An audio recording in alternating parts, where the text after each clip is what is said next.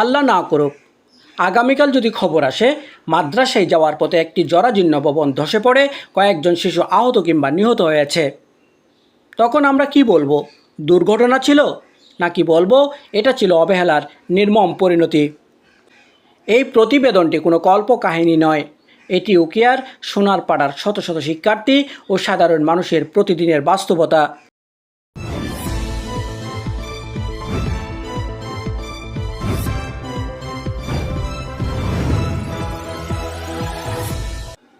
আসসালামু আলাইকুম, আপনারা দেখছেন দৈনিক আলোকিত উকিয়া।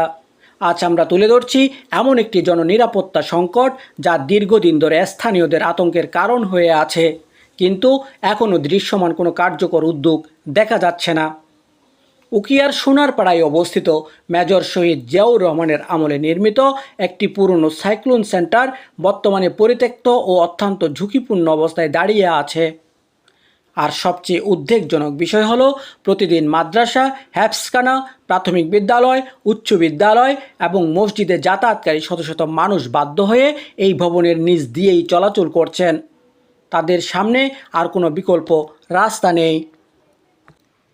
স্থানীয়দের ভাষ্য অনুযায়ী ভবনটির বিভিন্ন অংশে ফাটল দেখা দিয়েছে, ছাদ ও দেয়ালের অনেক অংশ নড়বড়ে হয়ে গেছে।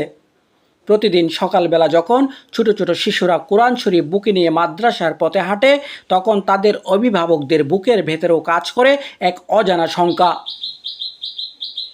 একজন মায়ের কণ্ঠে যেন ভেসে আসে সেই আতঙ্ক, বাবা সাবধানে যাও, আল্লাহ তোমারে হেফাজত করুক। কিন্তু প্রশ্ন হলো, একজন মা কতদিন সন্তানের নিরাপত্তার জন্য শুধু দোয়ার উপর নির্ভর করবেন? রাষ্ট্রের দায়িত্ব কি নেই? জনপ্রতিনিধিদের দায়িত্ব কি নেই? প্রশাসনের দায়িত্ব কি নেই? আজ ভবনটি দাঁড়িয়ে আছে, কাল হয়তো দাঁড়িয়ে থাকবে না। কিন্তু যদি সেই ধসের নিচে চাপা পড়ে কোনো হাফেজে কোরআন, যদি চাপা পড়ে কোনো স্কুল শিক্ষার্থী, যদি কোনো মুসল্লি নামাজে যাওয়ার পথে দুর্ঘটনার শিকার হন, তখন দায় কার? তখন কি তদন্ত কমিটি গঠন করে হারানো জীবন ফিরিয়ে আনা যাবে? তখন কি সংবাদ সম্মেলন করে কোনো মায়ের বুকের কান্না থামানো যাবে? কখনোই না। এই কারণেই এলাকাবাসী বলেছেন, তারা দুর্ঘটনার পর সহানুভূতি নয়, দুর্ঘটনার আগেই প্রতিকার চান। উকিয়া টেকনাফের মাননীয় সংসদ সদস্য শাহজাহান চৌধুরীর প্রতি আবেদন, সোনারপাড়ার মানুষ আপনার কাছে রাজনৈতিক কোনো দাবি নিয়ে আসেনি, তারা উন্নয়নের বড় কোনো প্রকল্পও চায়নি। তারা শুধু চায় তাদের সন্তানেরা নিরাপদে স্কুলে যাক, মাদ্রাসায় যাক, মসজিদে যাক। আপনার একটি মাত্র উদ্যোগ, একটি নির্দেশনা এবং সংশ্লিষ্ট কর্তৃপক্ষের দ্রুত পদক্ষেপ শত শত মানুষের জীবনকে নিরাপদ করতে পারে।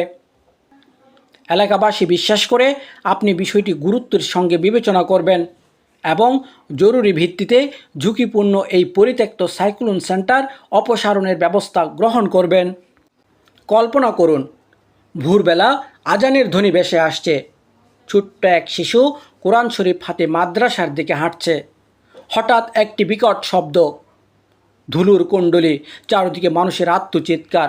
না, সোনারপাড়ার মানুষ এমন দৃশ্য দেখতে চায় না, আমরাও চাই না।